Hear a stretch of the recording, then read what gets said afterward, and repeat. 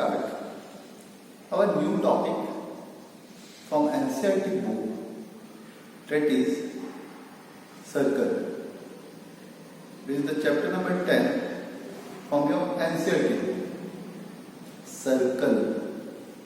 जैसे ही वर्ड आता है ना माइंड में, तो हम लोग बोलते हैं एक गोल सा फिगर होगा, राउंड होगा, है ना, बॉल जैसे दिखने वाला से प्लेन अगर रख दिया तो मतलब बचपन से तो पढ़े हुए हैं, लेकिन डेफिनेशन अगर कोई बच्चे को पूछ दे तो कंफ्यूजन आ जाता है. तो सबसे पहले तो कोई discuss what is a circle. A circle is the locus of a point which moves in a plane in such a way that its distance from a fixed point remains constant. What is the locus? What is locus? Path. What is locus? Path. तो अगर मैं बोलूं circle is the path of a point which moves in a plane in such a way that it distance from a fixed point remain constant. मतलब एक fixed point है और एक path जो घूम रहा है इस फिक्स्ड पॉइंट के चारों तरफ, उसे मैं बोलूंगा सर्कल.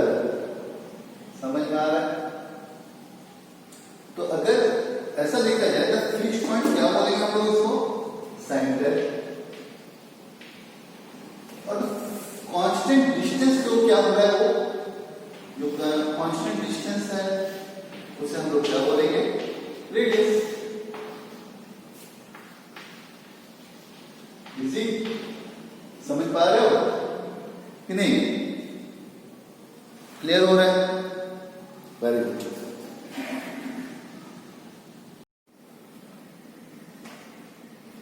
तो सर्कल हम लोग समझ चुके हैं. अब हम लोग थोड़ा सा आगे आते हैं. मैं जूनियर क्लास वाला नहीं बता रहा हूं कि एक सर्कल एक प्लेन को डिवाइड करता है 3 पार्ट में, interior, exterior, on the plane. तो ये सब जूनियर क्लासेस हैं. आज हम लोग क्लास 10 के ऊपर बात करेंगे और 10th क्लास में 2 नए वर्ड सीखोगे तुम लोग या जानोगे. एक सेकेंड और दूसरा होता है टेंजेंट. तो सेकेंड क्या होता है? तो a line that intersects the circle at 2 distinct points. कैसे करता है? एक सेकेंड क्या है, सेकेंड क्या है? एक लाइन है जो एक सर्कल को इंटरसेक्ट करता है कोई भी 2 पॉइंट पे. तो सोच लो ये एक लाइन है, क्या ये 2 पॉइंट पे इंटरसेक्ट कर रहा है? बिल्कुल कर रहा है. तो ये सेकंड वन. ये एक लाइन है, क्या ये इंटरसेक्ट कर रहा है 2 पॉइंट पे? हाँ कर रहा है. तो मैं इसको भी सेकंड बोल सकता हूँ. क्लियर हो रहा है? अब tangent. What is a tangent? A line which touches the curve but not intersect it. ऐसा लाइन जो कर्व को टच कर रहा है, या मैं बोलूं सर्कल को टच कर रहा है लेकिन क्रॉस नहीं कर रहा है, उसको इंटरसेक्ट नहीं कर रहा है. मतलब क्या है? अगर ये एक लाइन जा रहा है यहां से, ये टच किया सर्कल को एक पॉइंट पे, तो मैं उसे बोलूंगा टेंजेंट. क्लियर हो रहा है? सेकंड और टेंजेंट में डिफरेंस क्लियर? तो सेकंड क्या है? वो 2 पॉइंट पे इंटरसेक्ट करेगा सर्कल को, लेकिन टेंजेंट क्या है? वो खाली टच करके चले जाएगा. आगे सही में? ठीक है.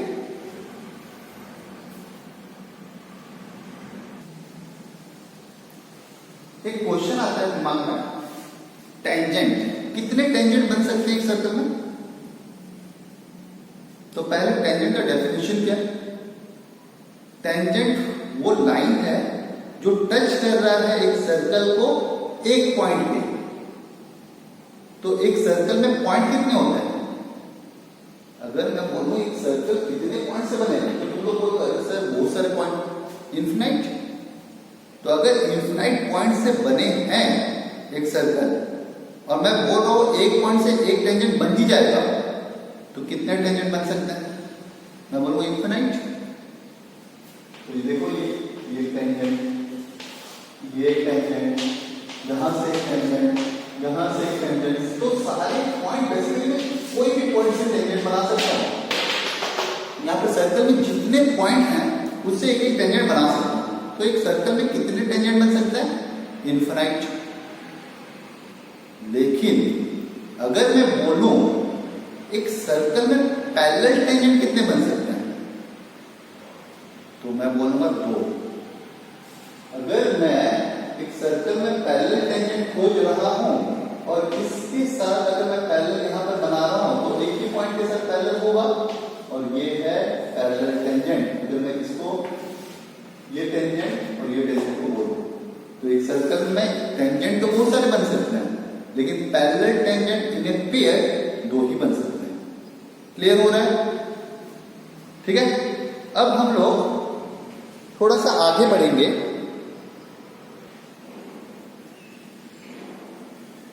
तो यहां पर तुम लोग देख सकते हो कि AB एक टेंजेंट है और OP एक रेडियस है। दोनों एक पॉइंट पे टच किए जिससे हम लोग बोलेंगे P, और इसको हम लोग बोलते हैं पॉइंट ऑफ कॉन्टैक्ट। क्या बोलते हैं? Point of contact. तो एक रेडियस और एक टेंजेंट जिस पॉइंट पे मिलते हैं उसे हम लोग बोलेंगे पॉइंट ऑफ कॉन्टैक्ट। तो इसको यूज करके हम लोग एक थ्योरम करेंगे जो one of the most important theorem है। अगर हम लोग उस थ्योरम का डेफिनेशन या क्या प्रूफ करना सोचें तो लिखा हुआ है, देखो, proof that radius is perpendicular to the tangent. Radius क्या है? परपेंडिकुलर है टेंजेंट से at the point of contact. ये हमें प्रूफ करना है। तो हम लोग पहले लिख देते हैं, एक सर्कल लेते हैं और सोच लो AB टेंजेंट है और O उसका सेंटर है और OP इज द रेडियस। तो हम लोग क्या करते हैं, इस सर्कल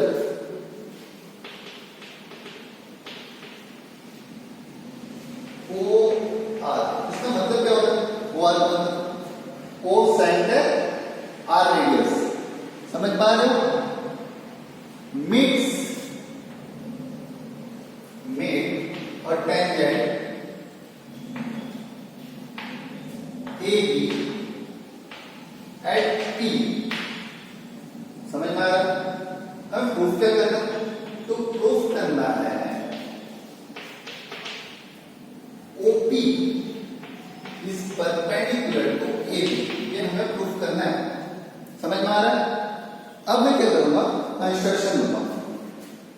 कंस्ट्रक्शन मैं पहले से बना चुका हूं, ऑलरेडी बना दिया हूं वहां पर। तो ये कंस्ट्रक्शन है, ये जो है construction, take a point Q other than AB on tangent other than P on tangent AB. Take a point Q other than P on AB. Join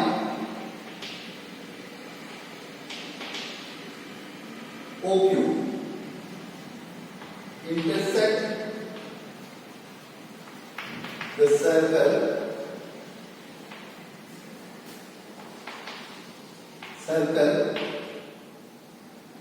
intersect the circle at R. मैं एक point Q लिया AB के ऊपर और मैं join किया O से Q को, और जो इंटरसेक्ट कर रहा है सर्कल पे आके, और वो पॉइंट 2 जो है वो P से अलग है। क्लियर? अब मैं इसको प्रूव करूंगा तो मेरा पहला तो पॉइंट ये आ जा रहा है कि OP जो है वो इक्वल है OR के साथ, क्योंकि दोनों रेडी हैं एक ही सर्कल के, रेडी ऑफ सेम सर्कल, है ना? अगर दोनों रेडियस हैं और मैं OR के साथ अगर R2 प्लस कर देता हूं तो मैं क्या बोलूंगा? OP बिल्कुल छोटा होगा इससे OR प्लस R2 से, क्योंकि ये दोनों इक्वल है। तो अगर R2 थोड़ा सा एक्स्ट्रा में प्लस करो कुछ भी हो तो वो जरूर OP से बड़ा होगा। तो मैं ये भी बोल सकता हूं कि OP छोटा है किससे? OQ से, क्योंकि OR और R2 मिला देने से क्या है? OQ।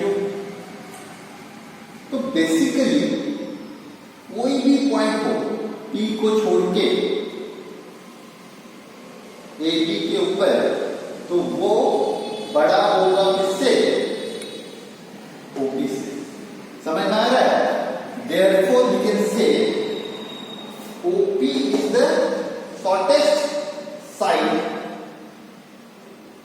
समझ? Is the shortest side. And as we know, क्या जानते हैं हम लोग कि परपेंडिकुलर जो होता है वो सबसे छोटा साइड होता है।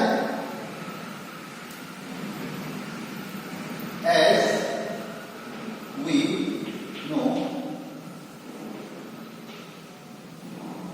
that perpendicular is the shortest side. Perpendicular is the shortest side. So we can say shortest side of a triangle. So we can say OP is perpendicular to AB. ये तो मैं प्रूफ करना था, मैं proof क्या करना था? AP is perpendicular to AB. Easy है, एक बार थोड़ा सा ध्यान देके पढ़ लेना तो समझ में आ जाएगा अच्छे से। क्लियर? चलो उस थ्योरम को यूज करके क्वेश्चन करते हैं। तुमको दिख रहा होगा एक सर्कल है और इसमें देखो टेंजेंट का लेंथ दे दिया है 12 सेंटीमीटर और the distance of the point B from centre is 13 centimetre. दिख रहा है तुमको? AB टेंजेंट है 12 सेंटीमीटर का उसका लाइन और OB जो लाइन है वो 13 सेंटीमीटर दिया। तुमको निकालना है find the radius of the circle. इस क्वेश्चन में हमें अगर बोला find the radius of the circle, तो हम लोग क्या करेंगे? हम लोग सिंपली यूज करेंगे पाइथागोरस थ्योरम। क्यों? क्योंकि अगर हम लोग देखें इन ट्रायंगल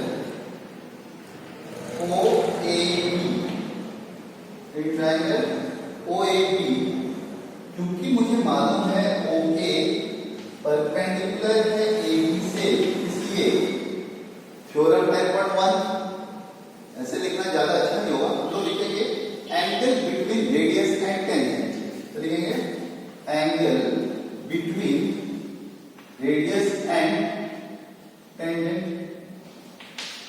समझ में आ रहा है? तो angle between radius and tangent perpendicular होता है। तो ये ट्रायंगल का मुझे R निकालना है, AO निकालना है, मतलब तो AO जो है square plus BA square equal to OB square होगा क्या? हमको मालूम है पाइथागोरस थ्योरम होता है कुछ होता है जिसमें हाइपोटेनस का square perpendicular square plus base square होता है। ए वो तो मुझे मालूम नहीं है, तो मैं पुट कर देता हूँ R square plus A B मुझे मालूम है 12 स्क्वायर 144 और ए बी मुझे ओ बी मालूम है 13 का स्क्वायर 169। तो मुझको क्या मिल गया आर स्क्वायर इक्वल टू 25 मिल गया। तो आर है कितना 5। समझ में आ रहा है कि नहीं आ रहा है? तो मैं बोलूंगा इस सर्कल का रेडियस 5 सेंटीमीटर है। समझ में आ रहा है? तो ये कुछ इजी क्वेश्चंस थे और ये चैप्टर बहुत ज्यादा इजी है। अभी भी तुमको लग रहा होगा कि 10.1 थ्योरम थोड़ा सा हार्ड है, बट एक बार करो, बहुत इजी लगेगा। 10.1 एक्सरसाइज में कंप्लीट करवा दिया तुम लोग, तो इस एक्सरसाइज को तो श्योर कंप्लीट कर लेना। समझ में आ रहा है? तुम लोग मत सोचना कि खाली मैं इंट्रोडक्शन पढ़ाया हूं तो नहीं करना। 10.1 इजीली कर लोगे। तो ये 10.1 तुम्हारे लिए होमवर्क है। इस अगर इसको कर लियो, ये जो बताया हूं, तो 10.1 होमवर्क रहा। ठीक है? तो